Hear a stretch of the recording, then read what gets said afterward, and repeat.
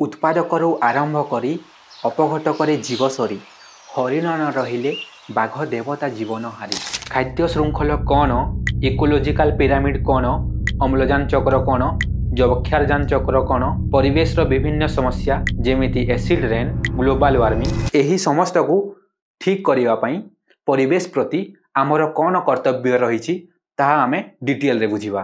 Class 10 जीव विज्ञान chapter 9 आमे एठी देखिबा कोन आमर परिवेश विषय आवर एनवायरनमेंट। आमे जानिछे कोन पृथ्वी मात्र गोटे एमिति ग्रह जेउ ग्रह रे कोन जीव माने वास करती। यार कोन कारण कोन ए आमर पृथ्वी रे जीव माने वास करिवार कारण यह कि पृथ्वी रे माटी पानी पवन जहाँ सब गोटे अनुकूल वातावरण दरकार गोटे जीव बंचापी ता सब पृथ्वी रे उपलब्ध। से आम जानी आम कौन पृथ्वी रे जीव मैंने बास कर। तो प्रथम देखा आमर जीवमंडल कहले कौन बायोस्फीयर क्या कहुए जलमंडल वायुमंडल और अश्ममंडल समष्टि स्थल रे परस्पर मध्य समन्वय जोगु जीव सृष्टि तथा विकास और जीवन धारण संभव होइछि। जीवन धारण पाई अनुकूल वातावरण थिबा एही अंचल को जीवमंडल कहुए। कहगले कौन जीवमंडल आमर तीनोटी मंडल को नहीं गठित होइछि कौन कौन जलमंडल वायुमंडल एवं अश्ममंडल। ये समस्तर समष्टि जो गोटे समन्वय कोऑर्डिनेशन करके से कौन गोटे जीव जमी बंची पार से संभव होइछि ताकू कौन कहुए आमर जीवमंडल। प्रथमे देखा आम क्या जलमंडल। जलमंडल क्या कहवा पृथ्वी पृष्ठ थिबा समस्त प्रकार जल उत्स को जलमंडल कहुए। जो सब उत्सर आम जल पाई था कौन कहुए आमर जलमंडल। इंग्राजी कौन कहुए आमर हाइड्रोस्फीयर।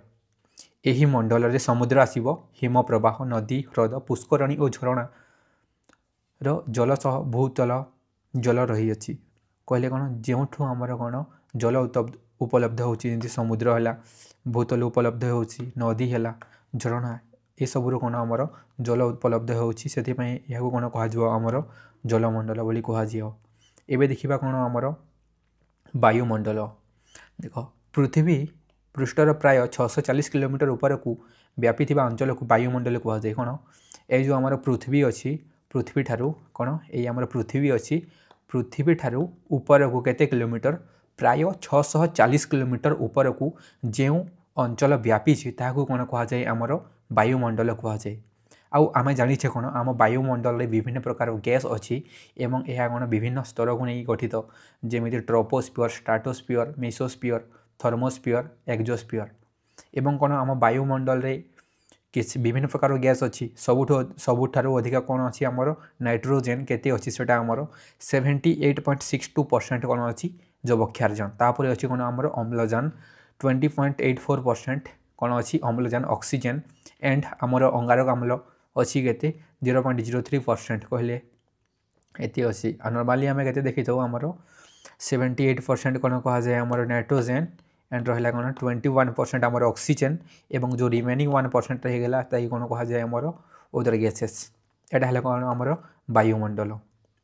अश्ममंडल व प्रस्तर मंडल लिथोस्फीयर क्या कहुए जो सब आम पृथ्वी पृष्ठ थिबा समस्त प्रकार माटी पत्थर पहाड़ पर्वत इत्यादि को नहीं आम पृथ्वी पृष्ठ रे देखुवा कौन समस्त प्रकार माटी है पत्थर है पहाड़ पर्वत है ये सब को नहीं कौन सृष्टि होइछि आमर लिथोस्फीयर सृष्टि होइछि अश्ममंडल व प्रस्थमंडल कहुए। एबे देखिबा कौन आमर जीवमंडल मुख्य उपादान। जीवमंडल मुख्य उपादान कौन अटे कंपोनेंट ऑफ बायोस्फीयर गोटे बायोस्फीयर कंपोनेंट क्या क्या नहीं बनी। जीवमंडल अर्थ केवल जीव मानकर समष्टि नुहे जीवमंडल अर्थ केवल कौन आमर जीव मानकर समष्टि नुहे बरं यह समग्र जीवजगत और एथि सहित संश्लिष्ट परिवेश को बुझाई थे। बरं कौन जेते सब जीवजगत अच्छी ता सहित कौन आम परिवेश संश्लिष्ट को कौन कहुए आमर जीवमंडल कहुए।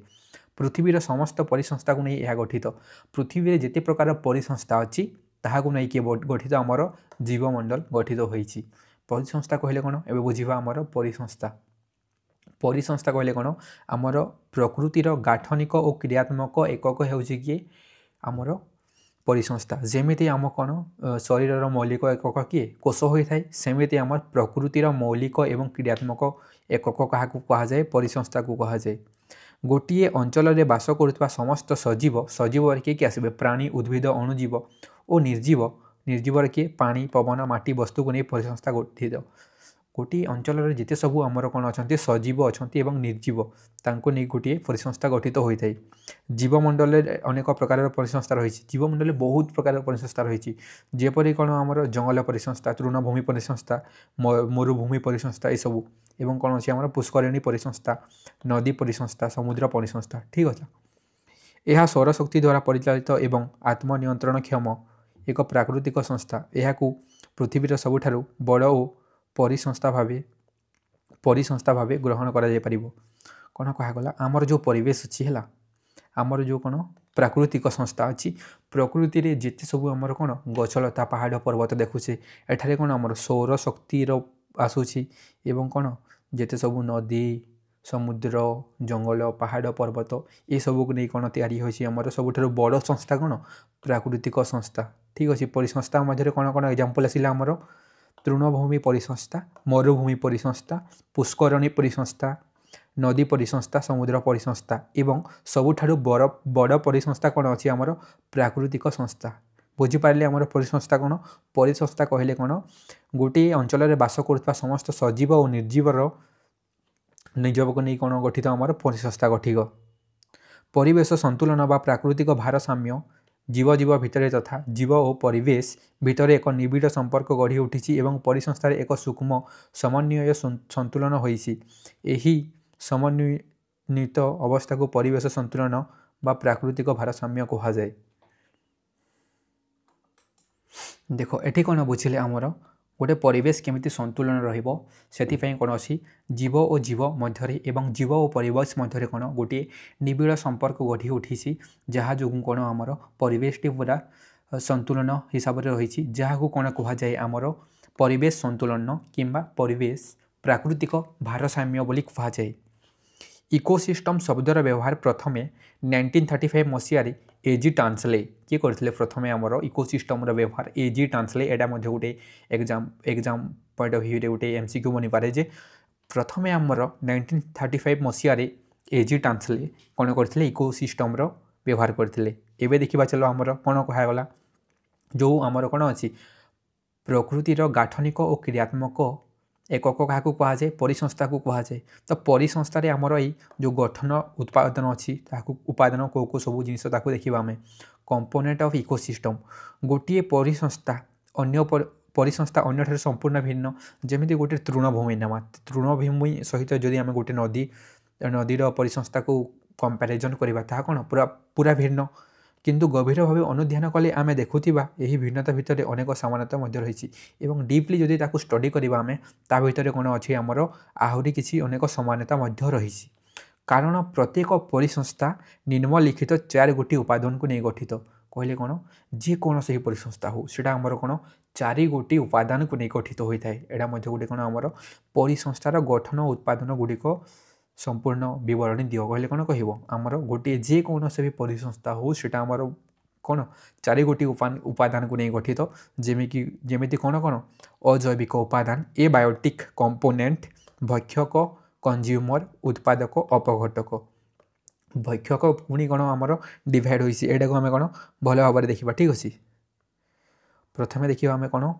अजैविक उपादान कौन कहुए एबायोटिक कंपोनेंट परिवेश जहाँ जहाँ सब अच्छी जार जो सब जिन मैंने कौन आमर निर्जीव ताकू कौन कहुए आमर अजैविक उपादान जेपरी कौन परिवेश रे तिबा माटी पानी पवन अन्य मौलिक पदार्थ और यौगिक पदार्थ परि समस्त निर्जीव पदार्थ को नहीं परिसंस्थार अजैविक उपादान गठित होता है ठीक है परिवेश रे जो सब जिन अच्छी आमर सब निर्जीव पदार्थ ताकू नहीं कौन आमर गठित अजैविक उपादान गठित ठीक अच्छे एमान को आम मुख्यतः 3 भाग में विभक्त करवा यथा जलवायु या नियंत्रण करुवा कारक किए जलवायु को आम नियंत्रण करती पवन आर्द्रता तापमात्रा आलोक यह सब कौन आमर जलवायु को नियंत्रण करती तापर रहा कि आमर जीव भूतत्व रासायन चक्र जीव भूतत्व रासायन चक्र कहले विभिन्न प्रकार जो आमर पोषक चक्र अच्छी ତାହାକୁ କୁହାଯାଇଛି ଏବଂ ତାପରେ ଅଛି କ'ଣ ଆମର ପୁଷ୍ଟିସାର, ସ୍ନେହସାର ଓ ଶ୍ୱେତସାର ପରି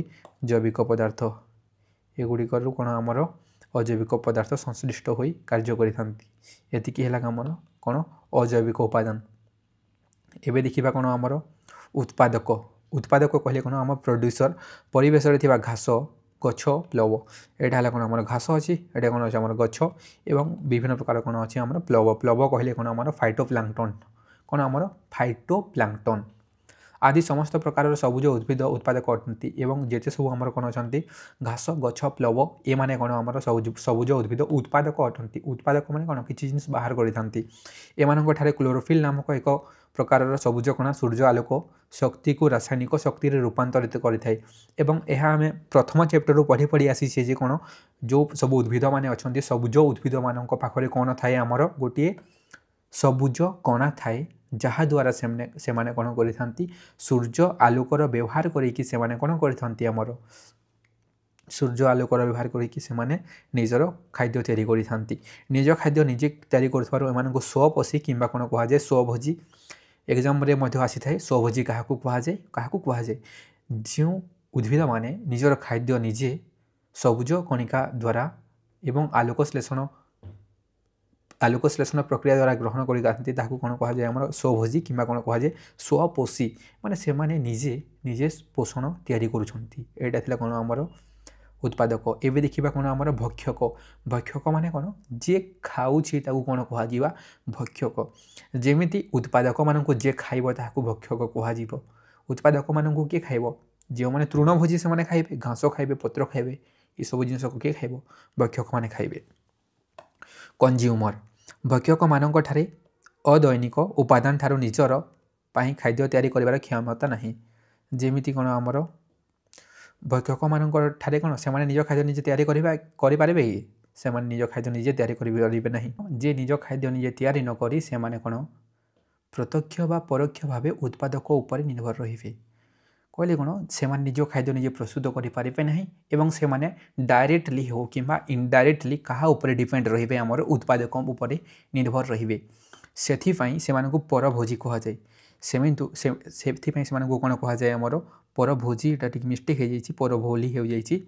ଦେଖ ଯିଏ ନିଜ ଖାଦ୍ୟ ନିଜେ ପ୍ରସ୍ତୁତ କରିଛି ତାକୁ କ'ଣ କୁହାଯାଏ ଆମର ସ୍ୱଭୋଜୀ ଏବଂ ଯିଏ ସ୍ୱଭୋଜୀ ଉପରେ ପ୍ରତ୍ୟକ୍ଷ ବା ପରୋକ୍ଷ ଭାବରେ କ'ଣ ଆମର ନିର୍ଭର ଅଛନ୍ତି ସେମାନେ ଡାଇରେକ୍ଟଲି ଡିପେଣ୍ଡେଣ୍ଟ ଅଛନ୍ତି କିମ୍ବା ଇନଡାଇରେକ୍ଟଲି ଡିପେଣ୍ଡେଣ୍ଟ ଅଛନ୍ତି କାହା ଉପରେ ଉତ୍ପାଦକ ଉପରେ ତାହାକୁ କ'ଣ କୁହାଯାଏ ଆମର ଭକ୍ଷକ ବୋଲି କୁହାଯାଏ। ପ୍ରତ୍ୟକ୍ଷ ବା ପରୋକ୍ଷ ଭାବେ ଖାଦ୍ୟ ପାଇଁ ଉତ୍ପାଦକଙ୍କ ଉପରେ ନିର୍ଭର କରନ୍ତି ସେଥିପାଇଁ ସେମାନଙ୍କୁ କ'ଣ କୁହାଯାଏ ଆମର ପରଭୋଜୀ କୁହାଯାଏ। ଖାଦ୍ୟ ଅଭ୍ୟାସ ଅନୁସାରେ ପରଭୋଜୀ ମାନେ ପ୍ରାଥମିକ ଭକ୍ଷକ, ଦ୍ୱିତୀୟ ଭକ୍ଷକ ଏବଂ ତୃତୀୟ ଭକ୍ଷକ ଏବଂ ଶୀର୍ଷ ଭକ୍ଷକ ଅଟନ୍ତି। ଏହା ଟିକେ ଯାକ ମିଷ୍ଟେକ୍ ହୋଇଯାଇଛି। ସବୁ ପ୍ରକାରର ଦ୍ୱିତୀୟ ଭକ୍ଷକ ମାଂସାଶୀ ଅଟନ୍ତି ଏବଂ ଯେତେ ବି ସବୁ କ'ଣ ଆମର ଦ୍ୱିତୀୟ ପ୍ରକାରର ଭକ୍ଷକମାନେ ଅଛନ୍ତି ସେମାନେ କ'ଣ ଅଟନ୍ତି ଆମର ମାଂସାଶୀ ଅଟନ୍ତି। ନିଜର ଖାଦ୍ୟ ପାଇଁ ସେମାନେ ତୃଣଭୋଜୀ, ନିଜ ଖାଦ୍ୟ ପାଇଁ କାହା ଉପରେ ଡିପେଣ୍ଡ କରିବେ ସେମାନେ ତୃଣଭୋଜୀ। ଏହାକୁ ଆମେ କ'ଣ ଡିଟେଲ ଗୋଟେ ଟେବୁଲ ହିସାବରେ ଦେଖିନେବା। ଦେଖ ପ୍ରଥମେ ରହିବ କିଏ ଆମର ପ୍ରାଥମିକ ଭକ୍ଷକ। ଯେଉଁ ଆମର ପ୍ରାଥମିକ ଭକ୍ଷକ ଅଛି ସେ କାହାକୁ ଗ୍ରହଣ କରିବ। ଯେମିତି ରହିଲା କ'ଣ ଆମର ଏ ଝିଣ୍ଟିକା ଅଛି। ଦେଖ ଏ ଝିଣ୍ଟିକା କ'ଣ ଖାଇବ ହେଲା, ଏ ଝିଣ୍ଟିକା କ'ଣ ଖାଇବ। ଏ ଝିଣ୍ଟିକା ଯେଉଁ ଅଛି ସେ କ'ଣ ଖାଇବ ଏ ଘାସକୁ ଖାଇବ। ଝିଣ୍ଟିକା କ'ଣ ଖାଇବ ପ୍ରଥମେ ଦେଖିଲେ କ'ଣ ଆମର ଝିଣ୍ଟିକା ଖାଇବ ଘାସ। ଏଠି କ'ଣ ଅଛି ପ୍ରଥମେ କିଏ ଅଛି ଆମର ଘାସ ଅଛି। କିଏ ଅଛି ଘାସ ନିଜ ଖାଦ୍ୟ ନିଜେ ତିଆରି କରେ ଏବଂ ତାହାକୁ କ'ଣ କହିପାରିବା ଆମେ କ'ଣ ଉତ୍ପାଦକ କିମ୍ବା ସ୍ୱଭୋଜୀ। ଯିଏ ସ୍ୱଭୋଜୀ ତାକୁ କିଏ ଖାଇବ ଭକ୍ଷକ ଖାଇବ ହେଲା। ଭକ୍ଷକ ହେଲା କିଏ ଆମର ଏଇ ଅଛି ଯେଉଁ ଝିଣ୍ଟିକା ପ୍ରଥମେ ଖାଇବ ତାକୁ ତ ସେ ହେବ ଭକ୍ଷକ। ଏବଂ ଦେଖ ଏଇ ଯେଉଁ ଝିଣ୍ଟିକା ଅଛି ସେ କ'ଣ ଏହି ଝିଣ୍ଟିକାକୁ ଯିଏ ଖାଇବ ତାକୁ କ'ଣ କୁହାଯିବ ଦ୍ୱିତୀୟ ଭକ୍ଷକ। ଝିଣ୍ଟିକାକୁ କିଏ ଖାଇବ ଏଇ ଆମର କିଏ ଖାଇବ ବେଙ୍ଗ ଖାଇବ ଏବଂ ବେଙ୍ଗ ଏଠାରେ କ'ଣ ଖାଇଲା ମାଂସ ଖାଇଲା ତ ତାହାକୁ କ'ଣ କୁହାଯିବ ଏଇ ବେଙ୍ଗକୁ ଦ୍ୱିତୀୟକ ଭକ୍ଷକ କହିଲେ ବି ଚଳିବ।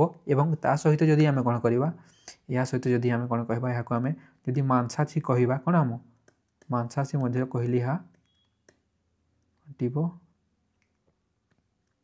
ଏହାକୁ କ'ଣ ମଧ୍ୟ କୁହାଯିବ ଆମର मांसाशी क्रम 1 मध्य कहि परिबा एहा को कोन कहि परिबा मांसाशी क्रम 1 एवं देखो एहा को जे खाइबो बेंग को जे खाइबो ताको कोन कहा जिवो हमर तृतीयक भक्षक एवं तृतीयक भक्षक को आमे कोन कहि परिबा तृतीयक भक्षक को आमे कोन कहि परिबा तृतीयक भक्षक को आमे कहिबा मांसाशी क्रम 2 या को कोन कहि परिबा आमे मांसाशी क्रम 2 बुझी हला एते दूर प्रथमे किए जे उत्पादन उत्पादन उत्पादन कला ताको कोन कहा जाय उत्पादक उत्पादक रे कि आसीबो घास घास को जे खाइला ताको कोन कहा जिवो हमर प्राथमिक भक्षक एवं प्राथमिक भक्षक को आमे मांसाशी कहि परिबा नहीं काहे कि ना से कोन गुडे प्योर वेजिटेरियन काहा को खाइ जे से ए घास को खाइ जे घास हो कि कौन सी गछ हो से माने कोन हमर उत्पादक को खाइ जंती एवं एही प्राथमिक भक्षक को जे खाइबो ताहाकू कोन कहा जिवो हमर द्वितीयक भक्षक जदि आमे कहू नाही ताहाकू कोन कहि परिबा आमे मांसाशी क्रम 1